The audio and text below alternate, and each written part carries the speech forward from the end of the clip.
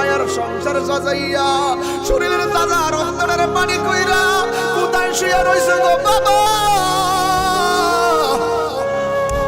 তোমার জমিনের ফসল ফলাই আমি খাইতেছি গো বাবা, তোমার বাঁধানো ঘরের ভিতরে বাস করতেছি গো বাবা, তোমার আউটা বেড়ার মধ্যে বান দিয়া বাড়িটারে পর্দা কইরা দিয়া গেছো বাবা, শুধুমাত্র জানটারে পানি কইরা বানাইছো, তোমার কোনো ডিমান্ড ছিল না গো বাবা।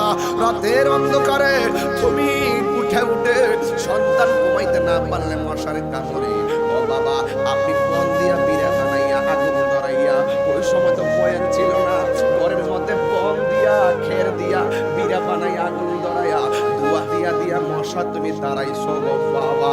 ও বাবা তুমি তো সেই বাবা, ঘরের মধ্যে ফ্যান ছিল না, তাল পাতার পাখা দিয়া তাল পাতা দিয়া পাখা বানাইয়া বড় একটা পাখা বানাইয়া ঘুরে ঘুরে ঘুরে ঘুরে আপনারে একবারে নিচে বাতাস করছো আর একবার উপরে বাতাস করছো, নিজের বাতাসের খবর নিল না, নিজের ঘুমের খবর নিল না, নিজের খাবার খবর নিল না। ও বাবা তুমি কেমন আছো কবরে যাবি না, এই বুড়া বাপটারে শত্রু মনে করিস না রে, লোকটা যদি ঘরের মধ্যে আতুরিয়া পইরাও থাকে মনে করবি তোর ঘরের মধ্যে রহমত আছে, ঘরটার মধ্যে তোর বাপের কারণে সমাজের মানুষ তোর কিচ্ছু কই না। বাবা তুমি কেমন আছো ছোট্ট মাটির ঘরে, চুরি কি আল্লাহু আকবার বলা যাবে না? এই খবর কি নিছেন বাবার? এই বৃষ্টির মধ্যে বাপটা কবরে কেমনে পইরা দিছে, ঝড় তুফানে কেমনে পইরা দিছে, শীতের দিন কেমনে পইরা দিছে, এই দুনিয়ার সব বন্ধু বান্ধবের খবর বাজারে যাইয়া ঘন্টার পর ঘন্টা আড্ডা মারো, বাপটা যে কবরে একলা পইরা দিছে তুমি খবর নিয়েছো। আমি আমার মায়ের ঘুম কেড়ে নিয়েছি, মা পৃথিবীর কারোর কাছে অভিযোগ করে নাই, আমি আমার মায়ের খাওন কেড়ে নিয়েছি, মা কোনো অভিযোগ করে নাই।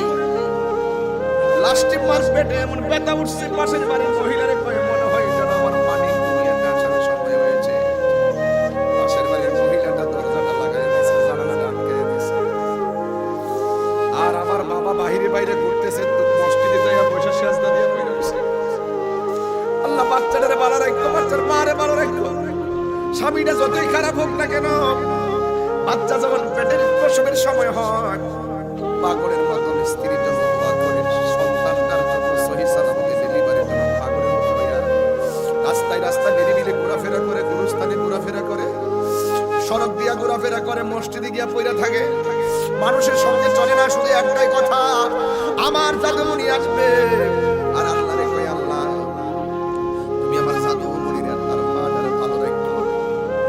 ঘন্টার পর ঘন্টা মা জীবন যুদ্ধ করছে, এমন একটা লাথি মারি আমি দুনিয়ার আলো বাতাস দেখার আগে মা কষ্ট করে জমিনের মধ্যে বেহুশ হয়ে যায়। পাশের বাড়ির মহিলাকে চিন্তা করো না, মার মাথার মধ্যে তেল দে পানি দে, চিন্তা করো না, হয়ে যাবে ইনশাআল্লাহ হয়ে যাবে, চিন্তা করো না, আল্লাহর রহমত দিব। মা তখন বলছিল বোন সন্তান পেটে নেওয়া যদি এত কষ্ট যন্ত্রণা, এই পেটের মধ্যে আমি সন্তান নিতাম না, এত কষ্ট।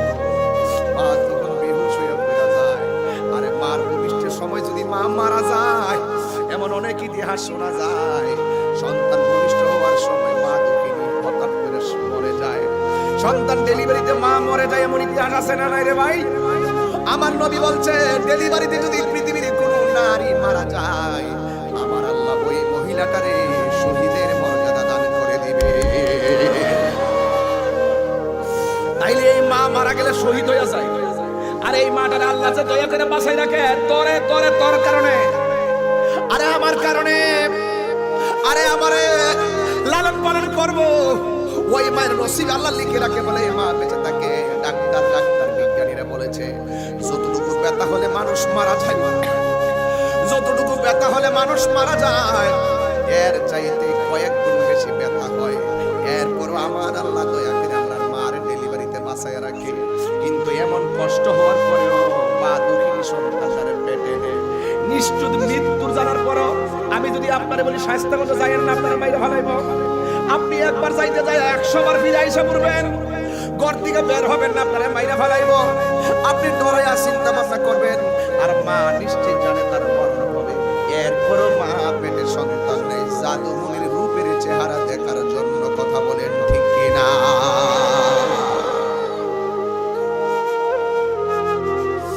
মা দুঃখিনী বেহুশ হইয়া পড়ে গেল। সন্তান যুদ্ধ করতেছে দুনিয়ার আলো বাতাস দেখার জন্য, আর সন্তান প্রসবের সময় সন্তানটা কোন রকম প্রসব হলো, মা দুঃখিনী বেহুশ হইয়া বিছানায় পড়ে গেল, আর লড়াচড়া করে না। ডাক্তার এসে স্যালাইন দিল, লড়াচড়া করে না, যেন মারা গেছে, বেহুশ হইয়া গেছে। আর এই দিক দিয়া সন্তানটারে তাইমার হাতের মধ্যে নেয়। যত কিছু হয় বন্যারা বনে সুন্দর, শিশুরা মাতৃ কোলে, পাশের বাড়ি তাইমা যতই সন্তানটারে কোলে না, কিন্তু সন্তান মায়ের কোল ছাড়া শোভা পায় না। কারণ সন্তানের প্রসবের পর একমাত্র সন্তানকে দেখবেন ডাক্তার, অনেক সময় সিজার করলে দেখবেন ডাক্তার সিজার করার পরে বা নরমাল ডেলিভারি করার পরে রক্ত মাখা সব কিছু নিয়ে মায়ের